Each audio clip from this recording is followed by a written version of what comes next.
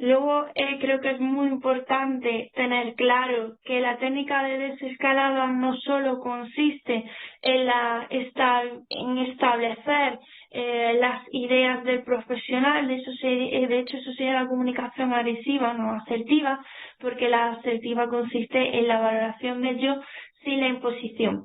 Es decir, yo como profesional tengo que ayudarte, tengo que hacerlo de esta manera y tal. Entonces, muchas veces tenemos que estar de acuerdo en el desacuerdo, que es una frase que considero yo muy bonita y que me empleo para mi vida personal. Es, no vamos a llegar a nada, pero sí que puedo estar de acuerdo contigo en tres cosas, que es la verdad, los principios y las probabilidades.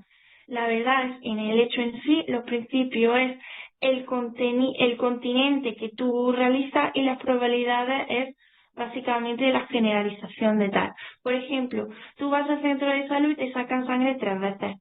La persona se enfada. Es verdad que es una faena que tengamos que pincharle 3 veces, pero vamos a intentarlo que sea de la mejor manera, vamos a evitar tal y tal.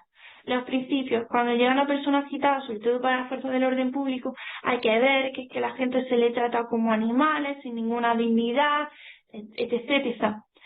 Tiene usted razón en que todos tenemos que ser tratados con dignidad, tiene usted razón en que tenemos que ofrecerle el mejor servicio posible en el principio que emana esa idea. Y en la probabilidad es cuando no puede estar de acuerdo en la verdad, es decir, en el acto, ni en los propios valores en los que se basa, pero puedo generalizar y así un poco hacer como de banco de niebla, disimulando, por así decirlo, esa agresividad que tú pones sobre mí. Es decir, por ejemplo, un médico que lleva una lista de espera y se está retrasando la cita y la persona se enfada. Pues, mire usted, probablemente haya más personas como usted enfadadas, pero es que no podemos manejar la situación así. O mire usted, probablemente, o generalmente.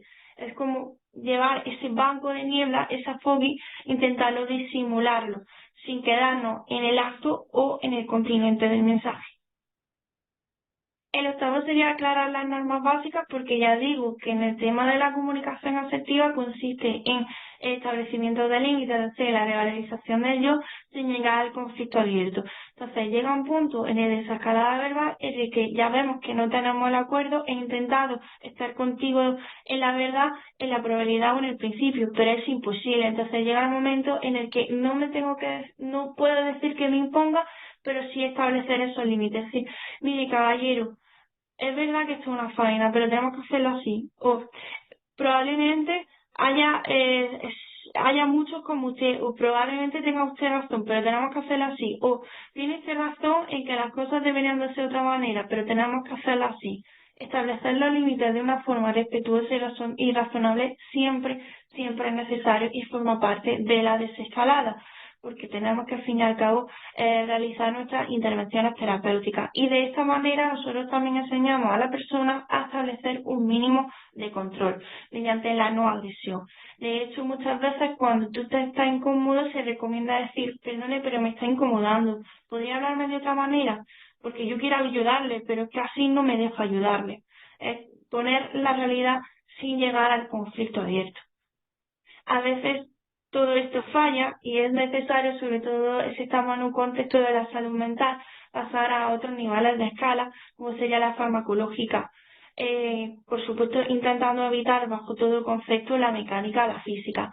Entonces llega en el punto en el que yo he intentado estar de acuerdo, en el que yo he hecho mi técnica de desescalada totalmente correcta, pero no hay retorno.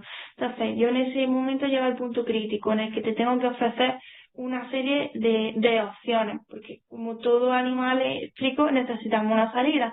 Entonces cambia mucho si estamos en un contexto hospitalario, en un contexto ambulatorio, en un contexto de calle, en un contexto mucho más familiar. Si estamos en un contexto hospitalario, tendemos a hacer la medicación. Si estamos en un contexto ambulatorio, tendemos a, mire, por favor, no podemos seguir tratándole así. O cambiamos esta situación o no podemos llegar a nada. Es un punto crítico porque muchas veces cuando llegamos a establecimiento de límites y ofrecemos o intentamos llegar a esa persuasión de la persona, podemos hacer todo lo contrario. Pero de todas maneras siempre nos tenemos que tratar de ser optimistas, dar esperanza e intentar ofrecer alguna solución a la persona. El siguiente punto, que no suele ser el más común de hacer, porque para eso, perdóname que me estoy tirando para atrás, sería el establecimiento del debriefing.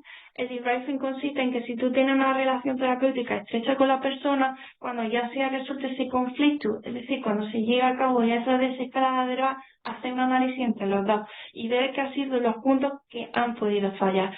A ver, Pepe, a ver, Manolo, ¿qué ha sido lo que te ha molestado?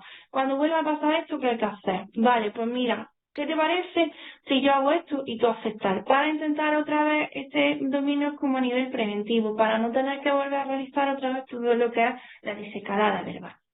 A modo de conclusiones, en esta mini píldora que queremos ofrecer es de que la comunicación asertiva es la única comunicación que está totalmente recogida como aquella terapéutica y totalmente efectiva, sobre todo en los casos conflictivos, que la desescalada verbal tiene que ser la primera línea de actuación en las situaciones de conflicto, que tenemos que tener muy claro en qué contexto y qué perfil de usuario estamos trabajando y sobre todo qué otras medidas podemos ofrecerles. Ya digo que me gustaría mucho de que, por favor, de cualquier cuestión que queráis poner en contacto con nosotros y que os animo a que os forméis en el tema de la salud mental y sobre todo la desescalada verbal. Insisto, esta es una mini píldora, es un mini vídeo para animaros a formaros en esto. Así que cualquier cosa que queráis comentar, estamos a vuestra entera disposición. Así que muchísimas gracias.